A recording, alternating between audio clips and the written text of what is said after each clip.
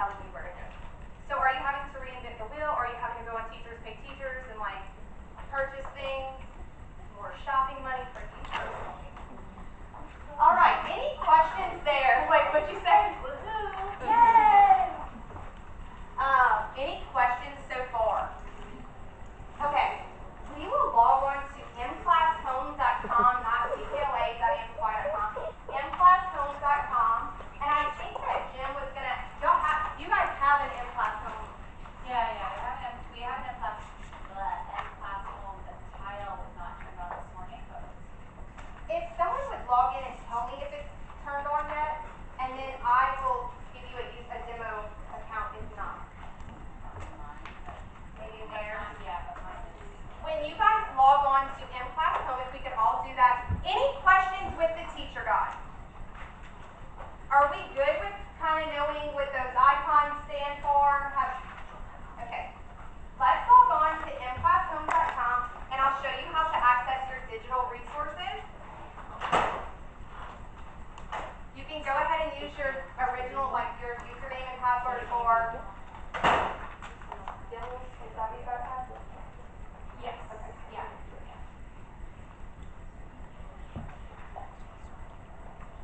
Do you have a red button that says, okay, so if you don't mind, log out of that. Log out of your account. They are adding an icon to your page for when you log in. But today, just for right now, we'll use the username CK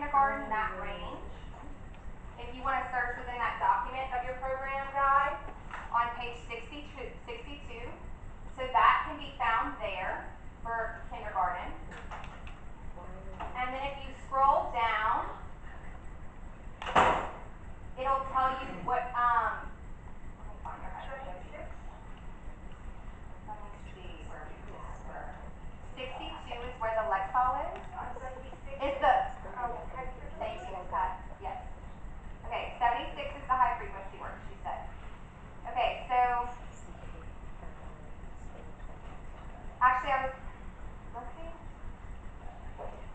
It's mine. Mine is 73. And here's this chart. And it'll break it down by unit, which words will be taught in kindergarten from each unit. So our tricky words are pulled from the fry list and adults list, but we will not be like memorizing those decodable words. We're going to call them tricky words, and we'll dive into that a little later. I just want you guys to know that this page exists, right? So can this help you guys? Yes. With getting them ready? Yes. Getting your yes, it will not be introduced until Unit 3. So it gives us all of those words nice laid out in one spot. Any questions with that? If you search within the document, like Command S, oh, you're not in. Okay.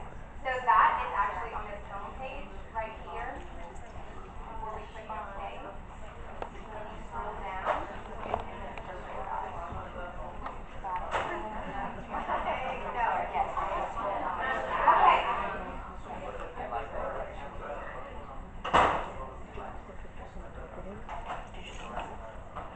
You didn't take any? The one from the group. Oh. They're like this. We're going to really focus on And then I didn't take the family one though. tricky words, but within that lesson, those decodable words are going to become ready automatically because we are really hammering home those sounds, those phonological awareness skills, those phonemic awareness skills. We're going to use a sounds first approach, so that just becomes automatic.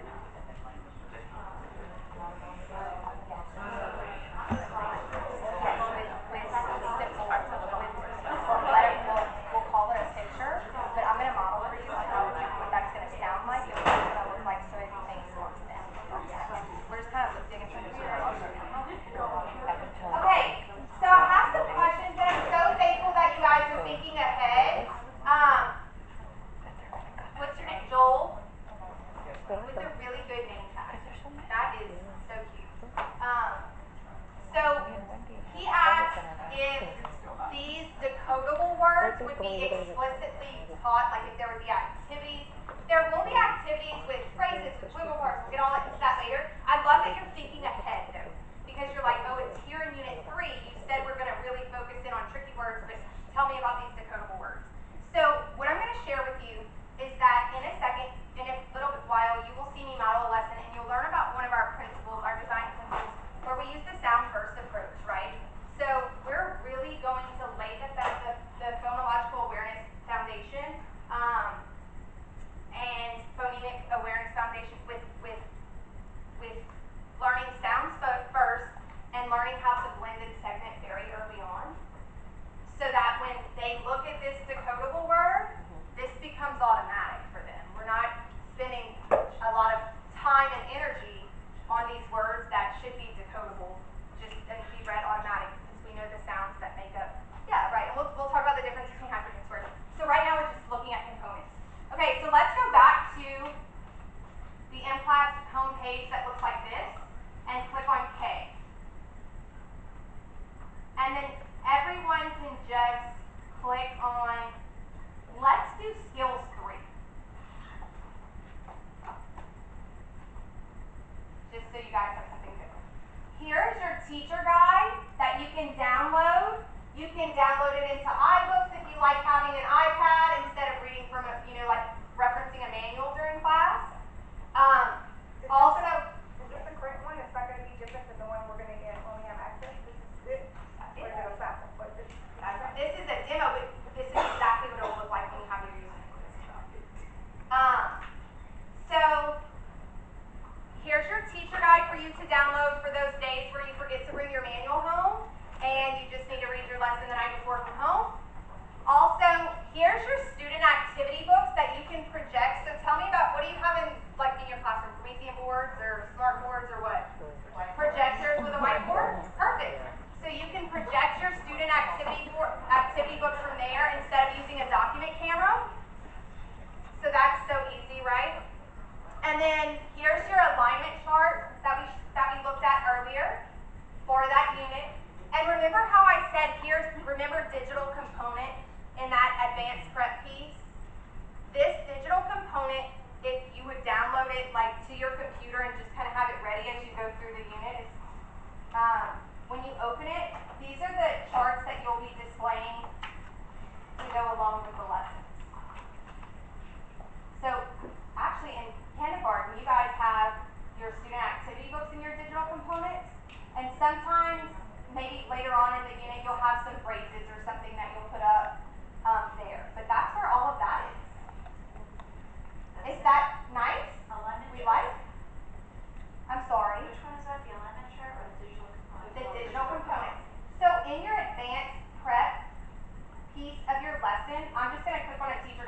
guys where it references that. It has in the advanced prep to have that digital component piece to prepare for that. That's where this is located, that digital component piece is located. Any questions with this? We're good? Okay, so are you Miss Kendra? Or are you the other name tag? Okay. Miss Harry. Okay, Miss Harry, look, at the advanced prep piece of your lesson, it'll tell you like when to use that digital component, and that's where that is. So see right here, when you're preparing, it has 1.1 listed out, right? And if I look at the digital component, it's going to have the same number, 1.1. Right, like boys and girls, today we're going to complete this, this, you get to be big, smart kindergartners, and you get to work on your own, right? So let's go ahead and open up our activity books, or knowing you kindergarten teachers at the beginning of the year, you'll have already torn that out yourself. And we're going to do this, and I'm going to provide, some we do, modeling, we do it, you'll see me do that in lesson. That's there, that's a component. So, any questions? We're good to move on. Yes? Awesome. Okay. And I'm not sure if everyone was logged on, but if you scroll, okay, so once you're here on this screen and you scroll over, here are your ancillary components, that if you were to want another copy of something that's not in your kit, and you could go here and print these out. Also, like in Unit 3, you will use a picture reader, and say you want to display that on your board, you can pull that up here, and you could project that, for everyone to see, although they'll have their own. Yes. Just out of curiosity, I know when we were looking before, like we saw PKs to grade 5. When we get our old ones that are open, will it still say PK to 5? So if we wanted to use resources on another grade level because of Academy, we could? I think your username is just going to be grade level specific. But if not, that would be awesome. But I think that it's probably going to be very grade level specific, right? How does your other account work? That's a question that I can ask. But for your demo, you guys have this demo account right now. So I would maybe play around. Yeah. I should have not said that while recording. Not what I said. However, I'm sorry. But if you want to look around, right? Now, you won't be able to download everything. Like, you can't download teacher guides and you can't download student activity books. But like, say you want to scope and sequence from another grade or something like that, you could go and download those things. Okay? So, any questions? All right. If we go back to this page and you scroll further down, here's where your scope and sequence for the entire for the entire year is located. I'm going to give you your first unit scope and sequence later on this afternoon. I want you to know where that's at. If you, later on this afternoon in your participant activity guides, we will also look at your pacing guide. But if you lose this packet, then know that this is there. Your alignment charts are there, and some rubrics for you to use maybe during some PLC time to evaluate some student work would be there as well. So any questions there? Let's look at your assessment and remediation guide. So everyone click on the assessment and remediation guide. As you click on the assessment and remediation guide, you will have one for every unit, right? They are very large documents, but I want to give you a way to access this, right?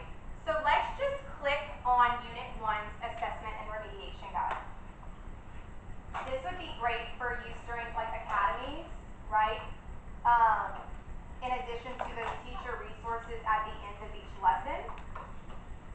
So when you click on Unit 1's Assessment and Remediation Guide, is everyone here? Let's scroll down. We're going to scroll down past this introduction. But if you are developing a little mini lesson or something like that, and Ms. Pat, it would be very helpful for you to read through that introduction of that assessment and remediation guide to understand like where those components,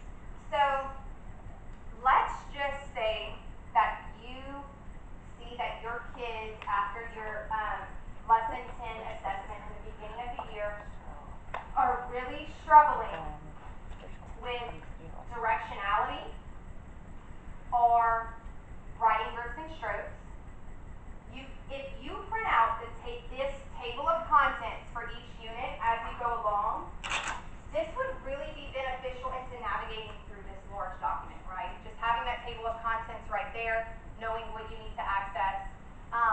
So if I did have a child who was struggling with writing groups and strokes, I could find some fine motor activities on this page.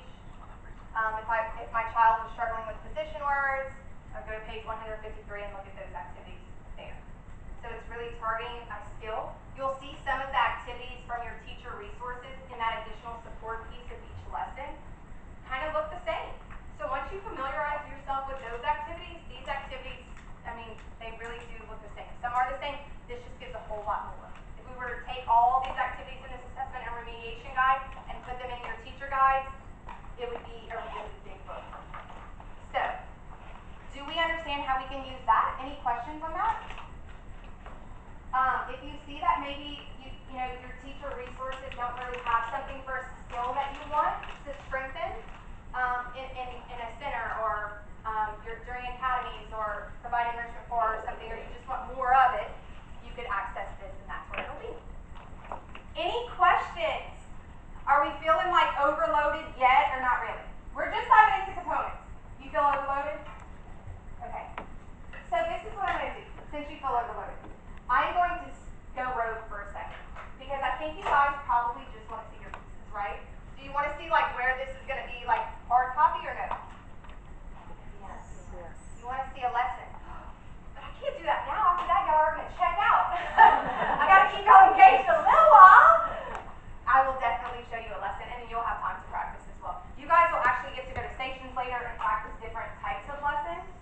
So know that we are going to get there. I just was familiarizing with like the different components. So this would be a good resource for academies, right? Yes, that's what I said, yes.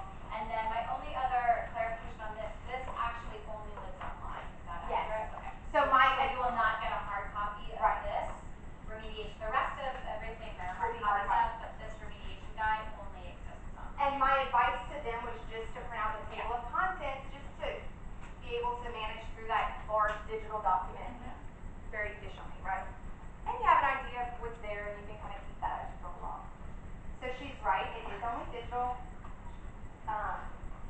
Okay, so let's move on. What's your name? Christina. Christina is ready for me to model a lesson. So the sooner we move on, the sooner we can do that. So that's my middle name, Christina. When I get mad, my husband's like, all right, Christy, settle down. Okay. So we just explored M-Class Home. You guys are pretty familiar with that format, right, of that page. So let's move on to the different components you're going to get in your kits. So with the skill strand, we're here in the skill strand. You guys are going to have 10 units, 10 teacher guides, right, that look like this. They're all nice and bound. You will also, each child will get an activity book for every unit, right?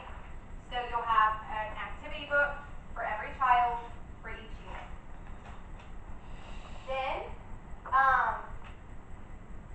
starting in unit 6, your kids will get readers, student readers that look like this. You'll have one per child, right? One for each unit. Wait until you see what's inside. That's the exciting part. So every student will get one like this for each unit. Yes, ma'am. Will they return those at the end of the year, or they Yes, no, this is for this. And listen, when we get to these student readers, I wouldn't send these home just because I have before and they don't come back like this. We all know that. But I was like, my kids were dying to bring home to read to their parents. And the softy inside of me was like, you want to read it to your parents? Absolutely, bring it home. Let me give you some more. Can you download it in PDF and share it through email with parents? So what I'm going to share with you is that in your student activity books, starting in unit 6, 7, 8, and those units, some of your take-home activities, like say we read a story in lesson 5, maybe in lesson 7, that take-home activity would be a copy of that story for them to bring home. So that's all in your activity books, yes. That's not a question for you, but for you guys, I heard her say 10 books. Benchmark takes up a lot of storage space. Now, does this mean that since partnership schools, or some of them are adopting this when it comes to the Williams Walk, we can put Benchmark in a room, or do we still have to have both? Well, benchmark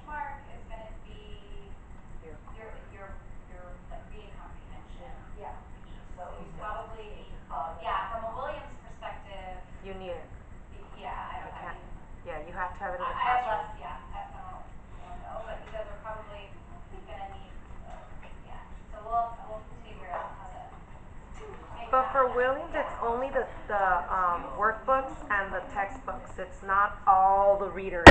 They only need to have the workbooks and the textbooks out for Williams visits. Your other libraries can be shelved, but Williams is different.